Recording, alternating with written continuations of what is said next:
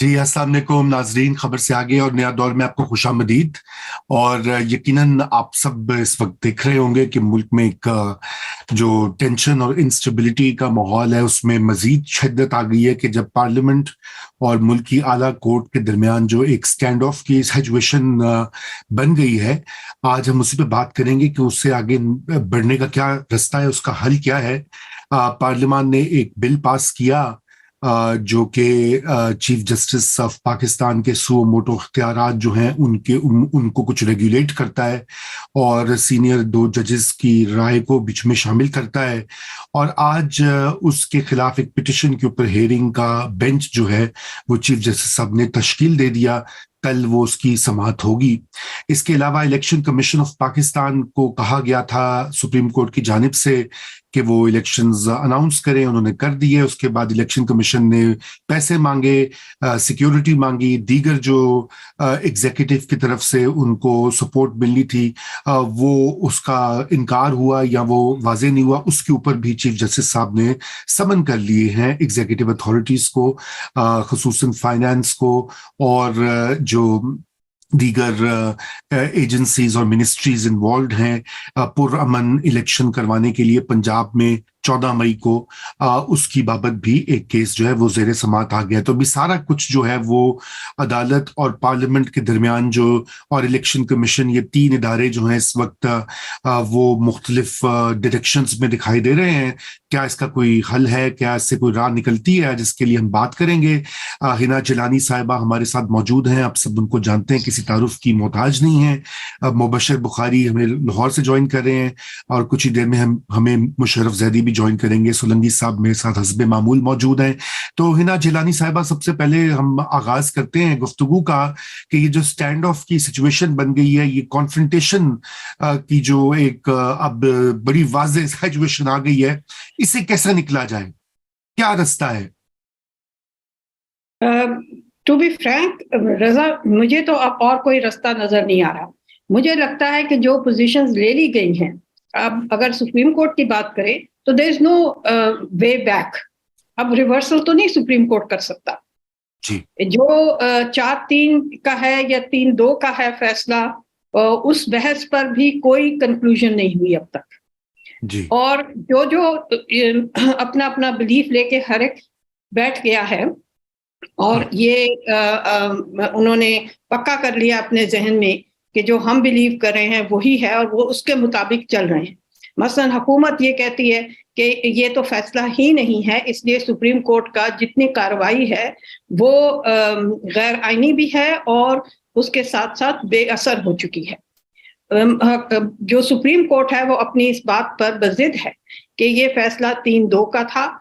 ये फैसला कुछ इंस्ट्रक्शंस देता है और कुछ ऑर्डर्स और डायरेक्शंस इशू करता है और उसकी जो कंप्लायंस है वो फर्ज है हुकूमत के ऊपर। और उसी डगर पर अब सुप्रीम कोर्ट ने नोटिस भी जारी किए हैं इलेक्शन कमीशन की रिपोर्ट पर और अब एग्जीक्यूटिव ऑफिसर्स को अब पेश होने के लिए कहा गया है और फिर उन्होंने ये कहा है कि हम एग्जामिन करेंगे कि कितना पैसा किसके पास पड़ा है हुकूमत का। तो अब इसका अगला स्टेप क्या होगा? आई एम वंडरिंग, क्या सुप्रीम कोर्ट स्टेट बैंक को कहेगी कि हुकूमत का पैसा आप इलेक्शन कमीशन को दे दें ताकि इलेक्शन हो? क्या इसको जस्टिफाई कर पाएगी Supreme Court under any law or under the Constitution and under the jurisdiction that it has under the Constitution? ये मामलात अब ज्यादा से ज्यादा बिगड़ते नजर आ रहे हैं। फिर ये था कि कल तक हमें कुछ उम्मीद हुई थी कि शायद सुप्रीम कोर्ट में चीफ जस्टिस साहब in his wisdom is now talking to his brother judges।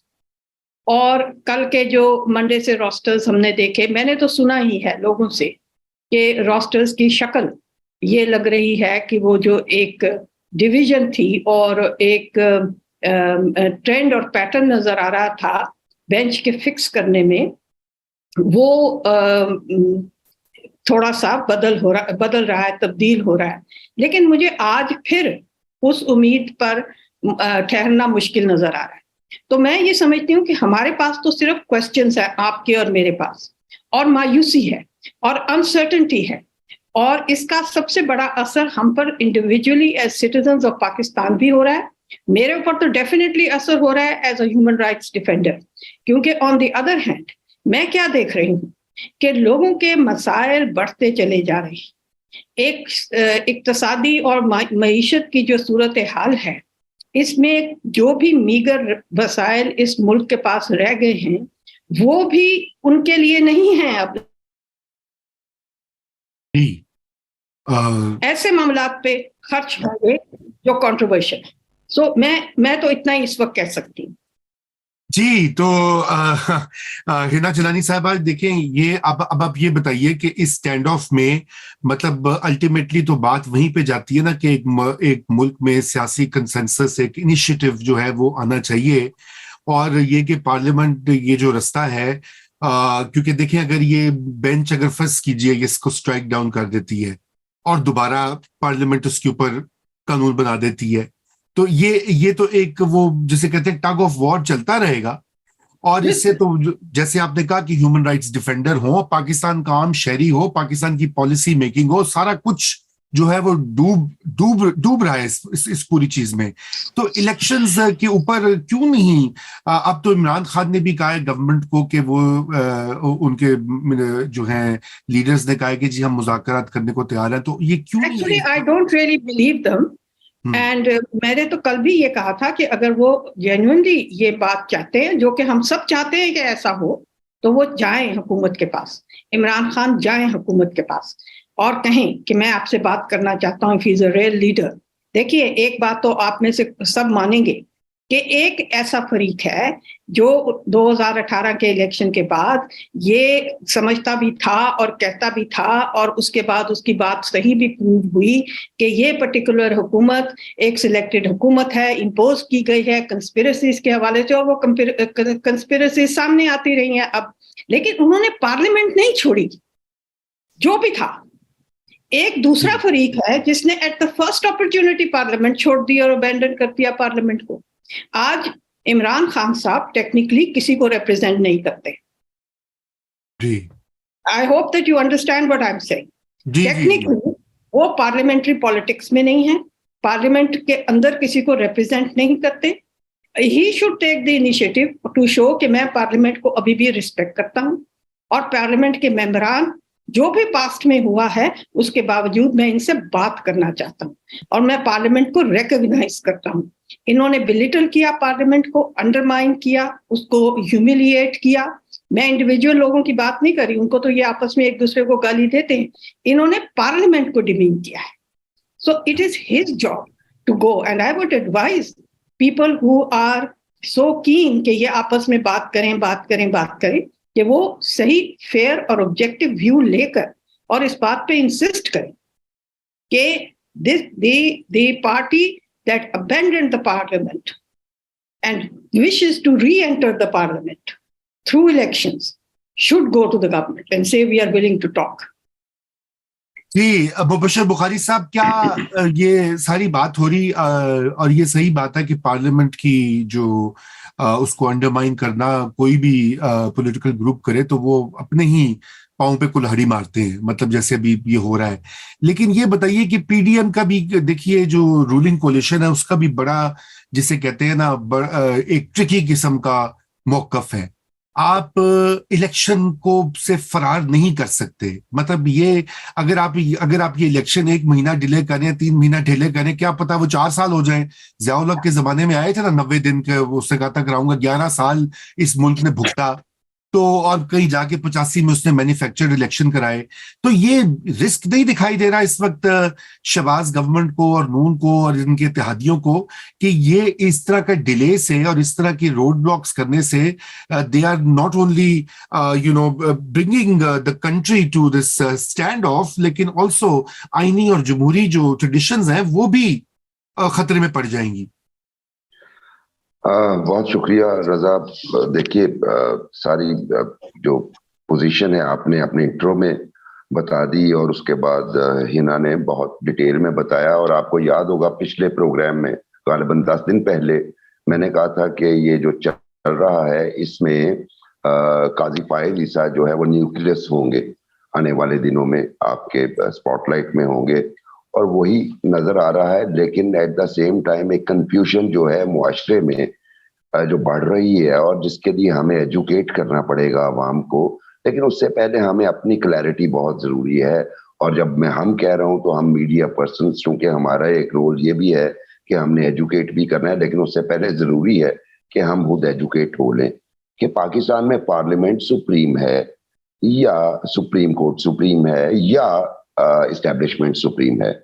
सबसे पहले जब हम विविड वर्ड्स में इन लेटर एंड स्पिरिट ये डिफाइन नहीं करते और पार्लियामेंट की बालादस्ती को हम शो अप नहीं करते, इस्टेब्लिश नहीं करते, उस वक्त तक ये बहस जारी रहेगी कि ये क्या मामला है और क्या चल रहा है। मेरी कुछ और इत्तलात भी हैं। मसलन अगर मैं आपसे ये कहूं कि पाकिस्तान में दो हाफिज कुरान हजरात ने एक दूसरे से पैगाम रसानी की है, तो एक हाफिज कुरान तो आपकी समझ में आ जाएंगे, हमारे चीफ ऑफ आर्मी स्टाफ। दूसरे के मामले में शायद आपको इल्म हो, यकीनन आपको इल्म रजा होना चाहिए, दूसरे सुप्रीम कोर्ट में बैठे हुए हैं। तो कोई पैगाम रसानी भी हुई है और उसमें यही किया गया है कि reconciliation for the sake of country, उसके लिए मतलब आप थोड़ा सा बच करें अपने स्टैंड से, क्योंकि बहुत सारे मामला पे आपने अनड्यू स्टैंड दिए हैं, इस तरह के मामला हुए हैं। अब उन पैगामात का क्या असर हुआ है? क्या पीडीएम को भी चूंकि पैगाम पहुंचा, क्या वो पीछे जाती है, एक स्टेप पीछे हटती है और कहती है ओके, मतलब एक्सटेंड करती है? सबसे पहले तो वही बात के invitation to Imran Khan and PTI, क्या ये बात करते हैं इलेक्शन पे ही बात करते हैं? क्या ऐसा होगा? या फिर दूसरी तरफ अगर हम सुप्रीम कोर्ट की तरफ देखें तो वो जो हमें एक पर्सनल लेवल की इन्वॉल्वमेंट नजर आ रही है, उसमें कुछ कमी वाकया होगी आने वाले दिनों में, जो कि बज़ाहिर तो आपको नहीं लगेगा इस वक्त, लेकिन यू नेवर नो कि आगे क्या हो सकता है। तो एक तो चीज ये नजर आ रही है। दूसरी, मैंने वही जो डिप्लोमेसी बैकडोर चल रही थी वो अभी तक ऑन है और उसमें भी इसी बात पे जोर दिया जा रहा है कि पहले आप हमें बुलाएं। उनका जी पहले आप बुलाएं, और बिल्कुल हिना ने बड़ी शानदार बात कही कि पहले आप ये तो बताएं ना कि आप रिप्रेजेंट किसको कर रहे हैं पीटीआई के हवाले से, और आप सीरियस है पार्लियामेंट में जाने से, और उसके अगर वो ये स्टेप उठाते हैं तो उससे एक बात को और भी तकवीयत मिलेगी कि इलेक्शन का रिजल्ट जो भी हो तमाम पार्टीज को कबूल होगा, और खसूसन इमरान खान साहब को। उसकी वजह यह कि 2013 में आप देखिए कि इलेक्शन रिजल्ट नहीं आया तो पार्लियामेंट से बाहर आ गए। उसके बाद जब उनकी हुकूमत दाएं बाएं हुई तो फिर पार्लियामेंट से बाहर आ गए, और प्रैक्टिकली 2013 टू 2018 वो बिल्कुल एक अपोजिशन मोड में रहे, अपनी हुकूमत होते हुए भी अपोजिशन मोड में रहे। तो उसकी वजह भी उनके कुछ ग्रीवेंसेस थे जो कि जायज ना जायज से ये एक अलग बहस है। तो वे आउट वे फॉरवर्ड जो है वो सिर्फ यही है कि अब सिर्फ पीडीएम और पीटीआई का मामला नहीं है, अब यहाँ पे एक ट्रॉयका का मामला है। अब ट्रॉयका को अपने अपने लेवल पे क्या क्या और अपनी दुरुस्त पोजीशन जो है वही है जो कॉन्स्टिट्यूशन डिफाइन करता है। तो ये बात सही है, लेकिन मैं समझता हूं कि देखिए इलेक्शंस को अवॉइड करना भी कोई सियासी स्ट्रेटजी नहीं होती।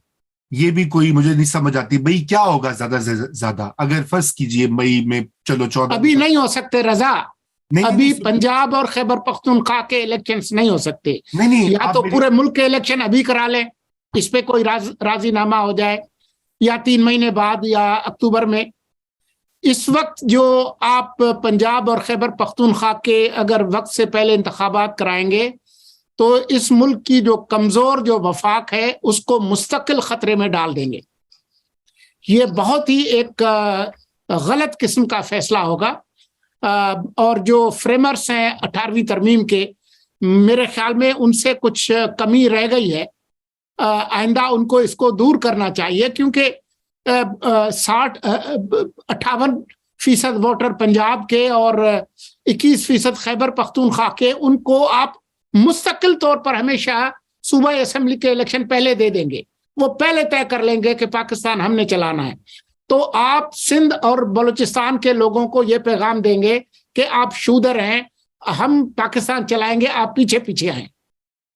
जी, देखिए बात ये है कि वो आप ये ठीक कह रहे हैं, ये बातें और कॉम्प्लिकेशंस हैं, मगर यहाँ पर एक बड़ी क्लियर चीज है कि सुप्रीम कोर्ट ऑफ पाकिस्तान जो है वो उसके एक बेंच ने वो दिया है फैसला। इस वक्त चीफ जस्टिस बंदियाल ने आज अपनी मेजोरिटी भी शो कर दी है। देखिए ना, फैक्ट्स जो हैं वो सामने हैं। 8 मेंबर का उन्होंने बेंच जो तश्कील दिया है, और वो 15 जो टोटल जजेस हैं उनमें से उनकी मेजोरिटी है, नंबर एक।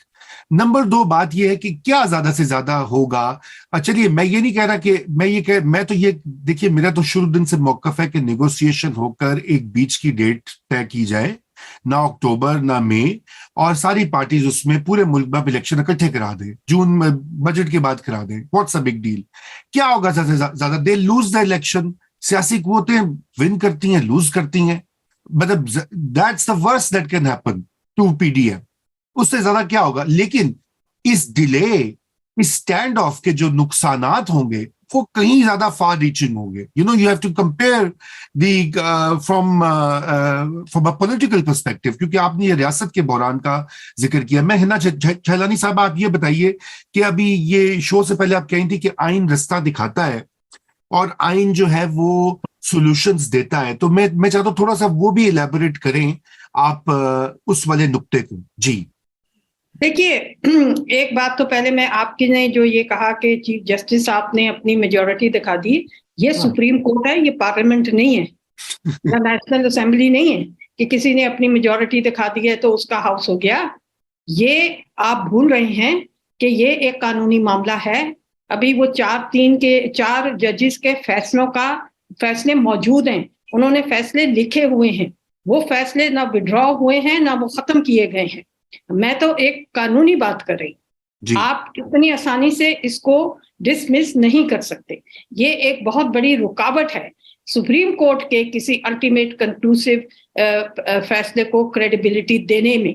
और जब तक ये मामला नहीं निपटाएंगे, कोई इनकी जजमेंट्स को और इनकी इस कार्रवाई को जो ये चला रहे हैं इलेक्शन करवाने की, और एग्जीक्यूटिव अथॉरिटी और इलेक्शन कमीशन की अथॉरिटी यूजर्व करने की, उसको नहीं मानेंगे लीगली। मैं आपको ये बात बार बार इसलिए कह रही हूँ कि लोगों का ये ख्याल है कि ये सुप्रीम कोर्ट जो है इसमें भी मेजॉरिटी माइनॉरिटी की मसला चला हुआ है, वो उनका अंदरूनी मामला है, वो सॉल्व करें ना करें।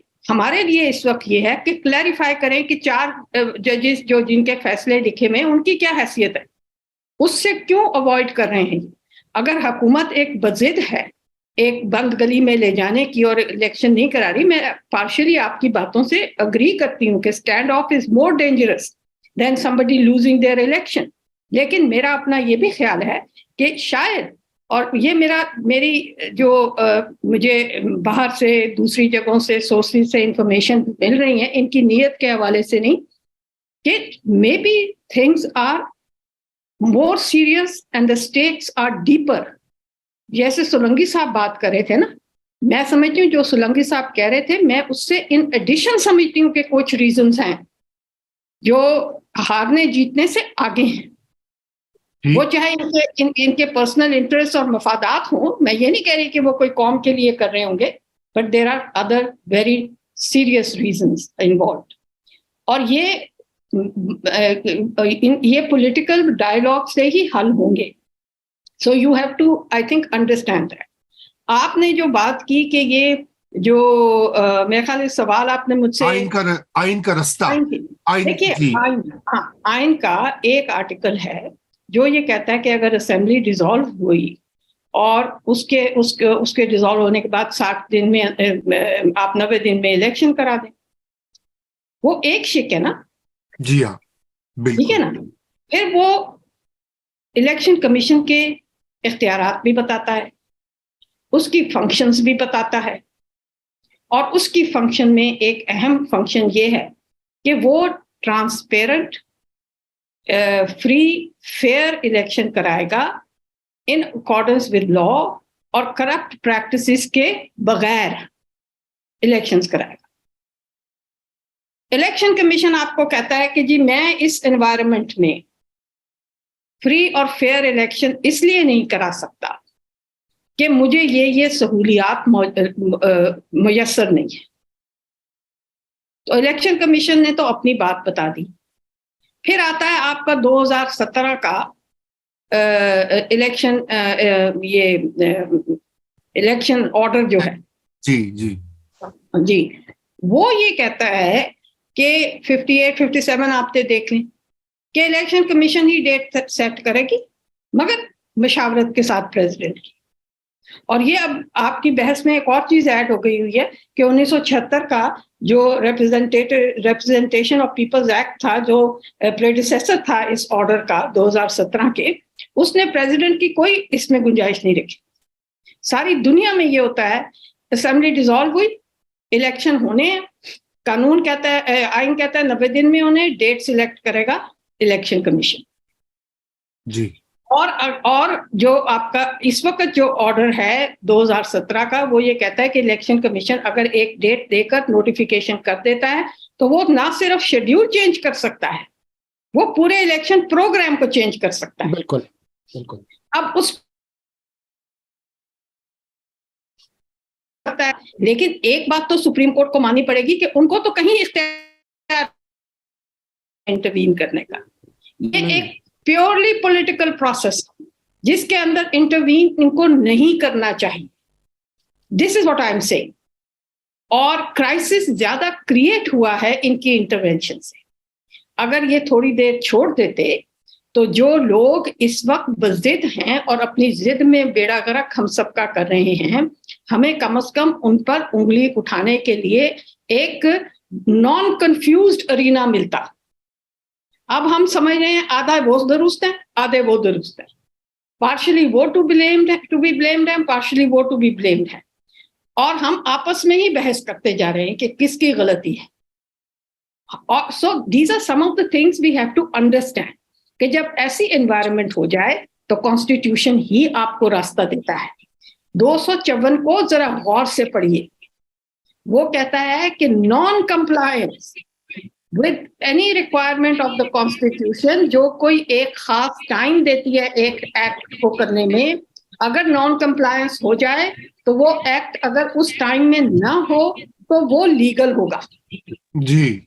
तो इससे ज्यादा और क्या आपको इंडिकेशन मिल रही है कि रिमूवल ऑफ डिफिकल्टीज का एक तरीका कॉन्स्टिट्यूशन में मौजूद है।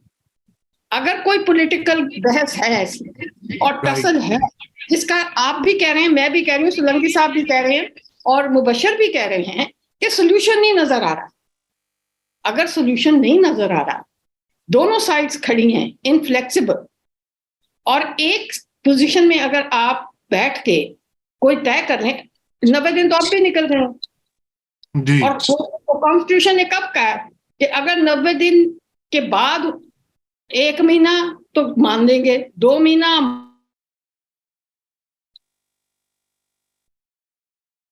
ये भी तो नहीं है ना कॉन्स्टिट्यूशन में। ये भी तो आपने अपनी अकल से माहौल को देखते हुए तय करना है ना। एक लेजिटिमेट कंसर्न है कि ये 2 साल ना कराएं फिर क्या होगा।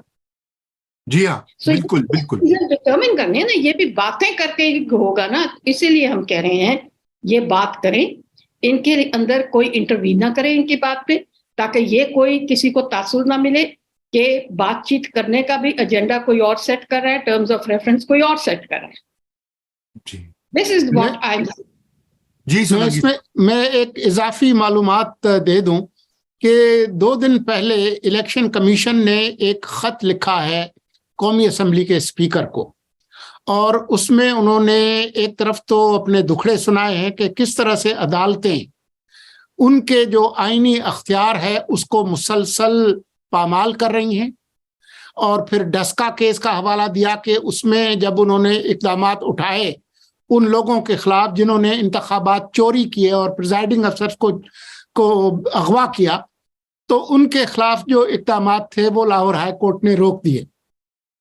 दूसरा उसका हिस्सा ये है कि स्पीकर से कहा है कि आप इलेक्शन एक्ट में तरमीम करें और हमें अख्तियार मजीद दें, जो कि बाख्तियार बनाए इलेक्शन कमीशन को, खासतौर पर सेक्शन 57 और 58, और उस हवाले से एक पार्लिमानी कमेटी बन गई है। जी, थैंक यू। मुशर्रफ जैदी साहब ने हमें ज्वाइन किया है। जी मुशर्रफ, आपको आवाज आ रही है? मुशर्रफ, आपको आवाज आ रही है हमारी? मुझे वाज़े आपकी थैंक यू। सबकी आवाज जी, हम ये पार्लियामेंट और सुप्रीम कोर्ट के दरमियान जो स्टैंड ऑफ बना हुआ है और उसमें जो मामला है इलेक्शंस का और मुल्क के आगे मुस्तकबिल का, उसके ऊपर गुफ्तगू कर रहे थे, सियासी, आईनी, कानूनी, उसके हर पहलू का जायजा ले रहे थे। मैं चाहता आपका भी पर्सपेक्टिव इस पर आए और जरा हमें बताइए कि ये इसका वे फॉरवर्ड क्या है, इस जो मेस, रॉयल मेस, जिसमें कि मैं मेरी जाती राय में सभी शामिल हैं, उससे कैसे निकला जाए? देखिए, एक तो ये कि मैं बहुत शुक्रगुजार हूं आपका कि आपने मुझे दावत दी ऐसे एक जबरदस्त पैनल में जिसमें मैडम हिना जिलानी भी पार्टिसिपेट कर रही हैं। I am just honoured to share the space with somebody of her stature. और ये जो खास मुशर्रफ, आपका कनेक्शन थोड़ा खराब है, तो करता रहा हूं ताकि किसी तरह किसी को समझ आए। जी, आपको आवाज आ रही है मेरी? हाँ, अब आ रही है, बीच में इंटरनेट कट गया था। जी, अच्छा, मैं इसको ठीक करता हूँ, जरा आगे करके रोक लें प्लीज। देखिए रजा, इसमें जो सबसे बड़ा हमें समझने की जरूरत है, सबसे बड़ा मसला ये है कि ये जो लड़ाई है पार्लियामेंट कोर्ट की नहीं है, इसमें दो और लड़ाइयां भी शामिल हैं। एक सियासी लड़ाई जो पॉपुलिज्म और ट्रेडिशनल पॉलिटिक्स के दरमियान लड़ाई है, और एक जो सुप्रीम कोर्ट के अंदर, आप उसको कंजर्वेटिव और लिबरल या प्रोग्रेसिव और नॉन प्रोग्रेसिव कहें, लेकिन दो गिरोह जो हैं ये आपको अपनी पॉलिटिक्स में और अपनी जुडिशरी में मिलते हैं। इसका तयन करना कि ये इसका हल क्या है, उससे पहले हमें ये जांचना जरूरी है कि ये इस तरह हो क्यों रहा है, किसको इस फड्डे का फायदा है। और ये मैं समझता हूं इसमें वाजे होना और क्लियर होना बड़ा जरूरी है। जुडिशरी जो है वो बेनिफिट नहीं करेगी उमर अता बंदियाल और उनके साथी, या काजी फायज ईसा और उनके साथी, दोनों में से कोई भी डोमिनेट करके जीत जाए तो एक तो ये खेल नहीं है, क्रिकेट का मैच नहीं है कि मैं मतलब जो है PSL में एक टीम के साथ हूं, मेरे साथ वाले जो हैं वो दूसरी टीम के साथ हैं, दोनों में से कोई भी जीतेगा, एक टीम खुश होगी, दूसरी, ये खेल नहीं है। ये मुल्क के कवानीन के साथ जो है उनकी हम बात कर रहे हैं, मुल्क में रूल ऑफ लॉ की बात कर रहे हैं। तो इस लड़ाई में जो भी जीतेगा पाकिस्तान उससे हारेगा। और सबसे अहम इन जजेस के लिए, वो जजेस खुद भी हारेंगे as a sub culture and as a community, और जुडिशरी एज एन इंस्टीट्यूशन हारेगी। साथ साथ पार्लियामान का तो हमने देख लिया है कि क्या हशर हुआ है। जो हुकूमत जिसके बारे में हमें बहुत कॉन्फिडेंस था, मैं खुद बजात मतलब अपने तौर पे मैं कह रहा हूं, मुझे बड़ा कॉन्फिडेंस था कि तजुर्बाकार लोग ही आके संभाल लेंगे, वाजे तौर पे ये क्लियर है कि ये नहीं संभाल सकते और ये नहीं संभाल सके। हमें ये भी पता है कि पिछली वाली हुकूमत के जो सरबराह थे उनकी तबीयत किस तरह की है, उनके साथ बहुत से अच्छे लोग भी उनके साथ शामिल हैं, सब पाकिस्तानी हैं, लेकिन हमें ये डेफिनेटली पता है कि वो वापस आ जाएं वो भी नहीं संभाल पाएंगे। इससे क्या साबित हुआ कि सारी पार्लियामान और सारे सियासतदान जो है वो नाकारा और कम अक्ल और जो है इनकेपेबल है, उनमें सलाहियत नहीं। और हमें यह भी पता चला इस लड़ाई से कि जुडिशरी जो है वो एक दूसरे से लड़ती रहती है। यानी कि अगर जुडिशरी जो है वो यूजलेस है और पार्लियामान यूजलेस है, तो मुझे बताइए कौन सा इदारा जो है पाकिस्तान में बेनिफिट करता है? क्या पाकिस्तान की अवाम बेनिफिट करती है? क्या मईशत बेहतर होती है? सिर्फ एक चीज बेहतर होती है, और वो ये कि हमारी फौज का हमारे ऊपर कंट्रोल, हमारे मीडिया पे, हमारी इकोनॉमी पे, हमारे बातचीत करने के लहजे और अंदाज पे, हमारे सियासतदानों पे, हमारे जजेस पे, इनका कंट्रोल जो है वो ज्यादा पक्का होता है। बाकी सबका नुकसान है, अवाम का नुकसान है, मुल्क का नुकसान है, इंस्टीट्यूशंस का नुकसान है। लेकिन सबसे बड़ा नुकसान पता है किसका है रजा? सबसे बड़ा नुकसान बजाते खुद फौज का है, क्योंकि वो फौज जिसका मुल्क जो है वो अंदर से खोखला हो जाए और उसमें कोई जान ना रहे और वो मकरूज हो जाए, इतना मकरूज हो जाए कि अच्छे समझदार लोग ये बात करना शुरू कर दें कि शायद हमें इंडिया से दोस्ती करनी पड़े मईशत की वजह से। इसलिए नहीं कि दोस्ती अच्छी चीज है, इसलिए नहीं कि अमन का गहवारा होना चाहिए ये खित्ता, इसलिए नहीं कि लड़ाई के बजाय जो है अमन वैसे ही अच्छी चीज है, लेकिन इसलिए क्योंकि हमारे पास पैसे नहीं। ये जब कैफियत हो जाए एक मुल्क की, तो सबसे बड़ा लूजर उस मुल्क में अवाम के अलावा, क्योंकि अवाम तो ऑब्वियसली मैटर नहीं करती, वो बजाते खुद जो इदारा है फौज का और नेशनल सिक्योरिटी के जो इदारे वो हैं। तो हमने कंप्लीटली अपने आप को डिसएम्बाउल कर दिया है एज अ नेशन। हमने अपने सारे इंस्टीट्यूशंस को तबाह कर दिया है, और अभी भी हमें मैं समझता हूं नूरा कुश्ती इसको नहीं कहना चाहिए, क्योंकि डिफरेंसेस बड़े जेन्युइन और सिवियर हैं। उमर अता बंदियाल का जो ग्रुप है या काजी फाइज ईसा का जो ग्रुप है, मुझे तो बुरा लगता है इस तरह बात करते हुए भी हमारे जजेस के बारे में, लेकिन ये अब वाजे वो खुद कर रहे हैं अपने बिहेवियर से। लेकिन ये ग्रुपिंग और ये लड़ाई जो है, इससे सिर्फ और सिर्फ जुडिशरी को, पाकिस्तान के अहम तरीन इदारों को और पाकिस्तानी अवाम का नुकसान है। तो बजाय इसके कि हम ये चूज करें कि कौन सा जज हमें अच्छा लगता है और कौन से जज के कौन से जजमेंट्स हमें अच्छे लगते हैं, कौन सा सियासतदान जो है वो ज्यादा जमहूरियत पसंद है, जब हमें पता है कि सारे के सारे सियासतदान उसी कतार में जाके खड़े हो जाते हैं पिंडी में जब उन पर बुरा वक्त आता है, जिसमें इस वक्त जो है एक ग्रुप है, कल को वही ग्रुप जो फौज को गालियां दे रहा है वो सारे उस कतार में जाके वापस खड़े हो जाएंगे। अभी हमने यही होते देखा है जमहूरियत पसंदों के साथ। तो मेरा ख्याल है कि संजीदगी का और मुल्क की बका और उसकी सलामती के लिए सबसे अहम चीज ये कि हम क्लियर हों कि हमारे मुल्क के साथ हो क्या रहा है, और जो इंस्टीट्यूशंस एक दूसरे से लड़ रहे हैं और अंदरूनी तौर पे कुचले जा रहे हैं एक दूसरे की लड़ाइयों की वजह से, ईगोज की वजह से, उसमें नुकसान मुल्क का, अवाम का और उन्हीं इदारों का है। जी, थैंक यू मुशर्रफ, बहुत शुक्रिया। आप ट्रैवल कर रहे हैं तो please continue with your journey.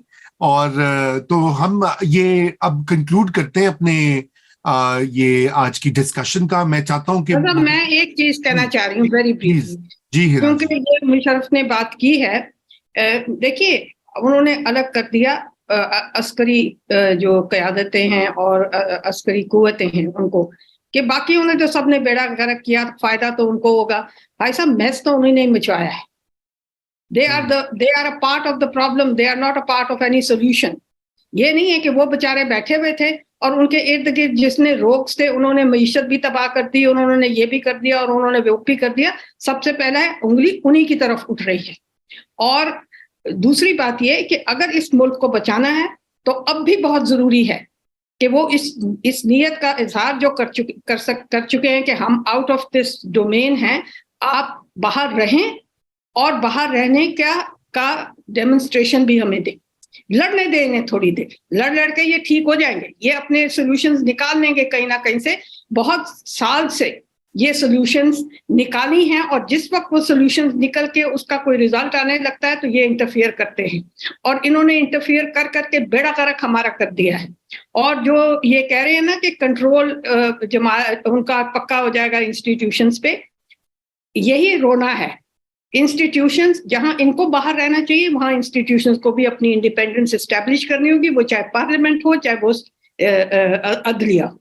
So they have to show some backbone also, but at the same time, we are not going to excuse what the military leadership has done to this country. जी बिल्कुल, मैं समझता हूँ जी कि ये तो जहां पे अभी हम खड़े हुए हैं ये तो सारी इनकी अकल और हिकमत अमली एक्सपोज हो चुकी है कि कितनी अकल थी इनमें और कितनी इनकी हिकमत अमली में कोई अच्छाइयां थी।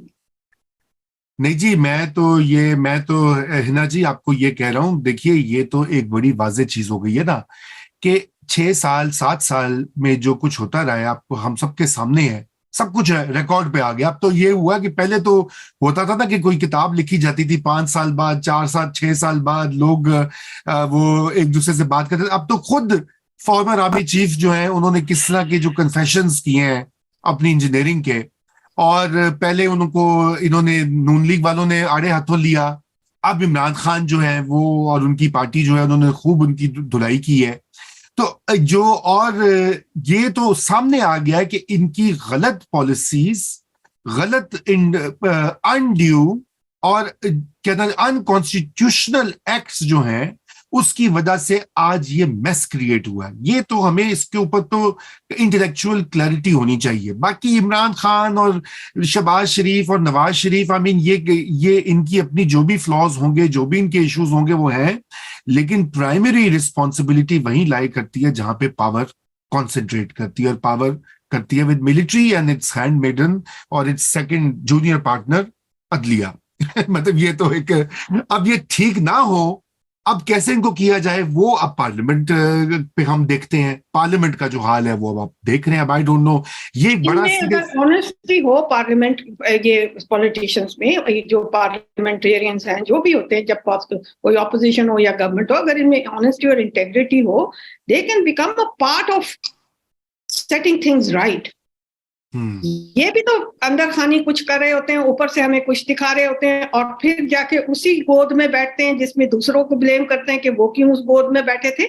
ये इस तरह की गेम्स हमारे साथ खेलना बंद करें और अपनी इस गलत फहमी को दुरुस्त करें कि वहां से कुछ फैज मिलने वाला है कभी भी। जी जमहूरियत को, मेरा मतलब जमहूरियत को कोई फैज मिलने वाला है नहीं, मून फैज नहीं मिलता किसी मूवी। अच्छा, तो anyway Mubashshir, final comment. Final comment यही है कि दोबारा मैं वही बात अर्ज करूंगा कि नेगोशिएशंस, टॉक्स, डायलॉग, यही एक रास्ता है। और बदकिस्मती है हमारी यही कि जब हमें ऐसे मौके पे जब हमें पार्लियामेंट को स्ट्रेंथन करना चाहिए था, वही बात कि हमने सोर्स ऑफ पावर किसी और को समझा और उसकी तरफ, लेकिन हम सबको ब्लेम नहीं कर सकते। कई मकामात ऐसे आए थे जब बड़े स्ट्रॉन्ग स्टैंड दिए गए थे। रजा, बेना, सोलंकी साहब, आप बैठे हुए हैं। अब मतलब इसी पार्लियामेंट में हमने देखा कि 2 जनरल जाके एक्सप्लेनेशन देते रहे 3.5 घंटे तक। उसके बाद अगर कुछ पॉलिटिकल पार्टीज पीपल्स पार्टी से पीछे ना हटती तो यूसुफ रजा गिलानी शायद डिस्क्वालीफाई ना होते, लेकिन वही पनिश किया गया फिर उसके नतीजे में, और उन्हीं पॉलिटिकल पार्टीज ने दूसरी तरफ सपोर्ट करना शुरू कर दिया। सो बात वही है कि पार्लियामेंट को स्ट्रेंथन करने के लिए और सुप्रीमेसी ऑफ पार्लियामेंट के लिए पॉलिटिकल फोर्सेस को इकट्ठा होना होगा। उसकी वजह है कि इमरान खान इलेक्शन जीत जाए, पॉपुलर हैं जी, जीत जाए, आना इसी पार्लियामेंट में है, और यही फेसेस में से बहुत सारे चेहरे इनके सामने खड़े होंगे। उस वक्त भी क्या करेंगे? बैठेंगे, क्रिटिसाइज करेंगे, दस्तोपा होंगे, हो जाए। लेकिन बात फिर वही है कि इकट्ठे बैठना है तो आपको अभी से डायलॉग करने चाहिए। और वो बिल्कुल बात मैंने पहले भी आपके प्रोग्राम में कही, एक वक्त में एक नतीजे पे पहुंच चुके थे कि जी पार्लियामेंट में आएंगे, लेकिन ये असेंबलीज तोड़ दी 2, जिसके बाद वो खत्म हो गई। अब दोबारा एक नया राउंड स्टार्ट होता है, देखिए आउटकम क्या होता है उसका। जी जी, बिल्कुल बिल्कुल। सोलंकी साहब, कोई आपका फाइनल कमेंट है या हम कंक्लूड करें? मेरे ख्याल में इससे पहले के हालात बेहतर हों, मजीद खराब होंगे। जी, चलिए, मैं तो यही कहता हूं कि वो इससे ज्यादा क्या खराब हो सकते हैं कि आपके मईशत जो है वो बिल्कुल डूब चुकी है। आपके मतलब ये अनप्रेसिडेंटेड, देखिए ना, जुडिशरी के अंदर तो ये पहले भी हमने 90s में देखा है, उससे पहले भी डिसेंटिंग वॉइसेस होती थी, ये इस तरह की कैंप्स बने होते थे। चलिए वो ये लोग सॉर्ट कर देंगे, जैसे हिना साहिबा ने कहा इंटरनल मैटर है, लेकिन ये डीप स्टेट के अंदर जो इंडिकेशंस दिखाई दे रही हैं, ये तो और भी अलार्मिंग है।